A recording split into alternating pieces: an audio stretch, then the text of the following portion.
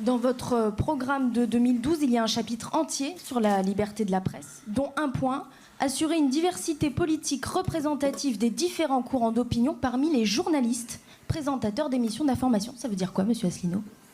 Eh bien, ça veut dire qu'actuellement, on a parmi les journalistes dans les grands médias d'information le sentiment que tout le monde pense la même chose.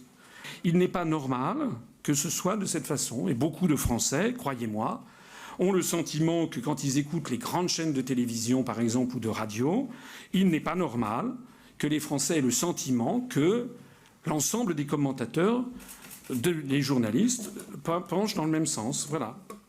C'est ce que je pense. Plus les supporters de François Asselineau appelleront, écriront, et moins je les ferai passer à l'antenne.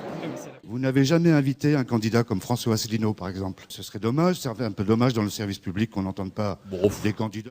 Moi, il me manque pas. François Asselineau.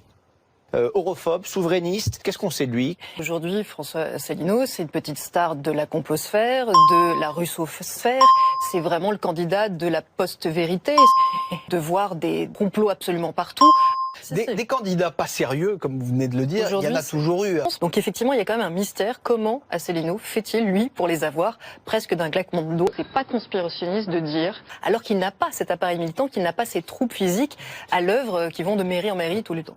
On va être obligé de le voir, on va être obligé de l'interroger, de lui poser des questions comme si c'était un candidat sérieux. Ce qui fait qu'on n'a peut-être pas retenu tous ces proverbes et tous ces rappels au règlement. Il connaît tous les articles. Il connaît tous les articles. Il a avalé les proverbes chinois. Il a avalé le code pénal, le code civil, le code des impôts, il a tout avalé, il crache tout là comme ça. Article 60, article 120, article 12, article 4. Avec des personnages comme ça un peu iconoclastes, c'est Asselineau ou Cheminade, parfois, dont franchement, pour comprendre ce qu'il y avait d'intelligible dans son propos, On demande tout simplement aux responsables, aux médias, de faire appliquer, par exemple, la charte de Munich de 1971.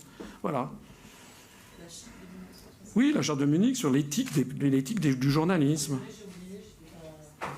Ben, c'est l'éthique du journalisme, madame.